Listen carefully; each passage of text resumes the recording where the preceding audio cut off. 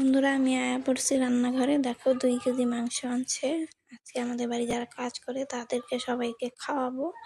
তার জন্য আমি মাংস রান্না করতেছি। দেখো কিভাবে রান্না করি। আমি মাংসটা একটু অন্যভাবেই রান্না করি। প্রতিদিন অন্য অন্য স্টাইলে, প্রতিদিন না তো, যেদিন আনে আর কি সেদিন অন্য অন্য স্টাইলেই রান্না করি।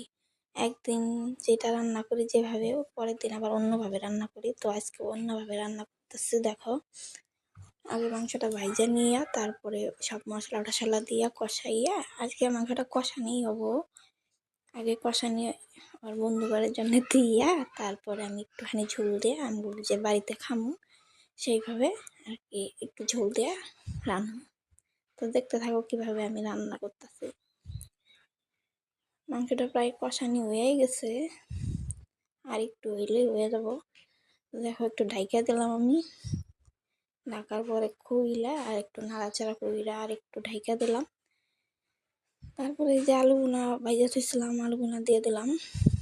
আলুগুনা দিয়ে ভালোইক্ষণ আর কি 10 মিনিটের মতো নাড়াচাড়া কইরা নামিয়ে নিছি মাংসটা। তারপরে এই দেখো মিষ্টি লাউ দিয়ে বড়া বানাইতেছি।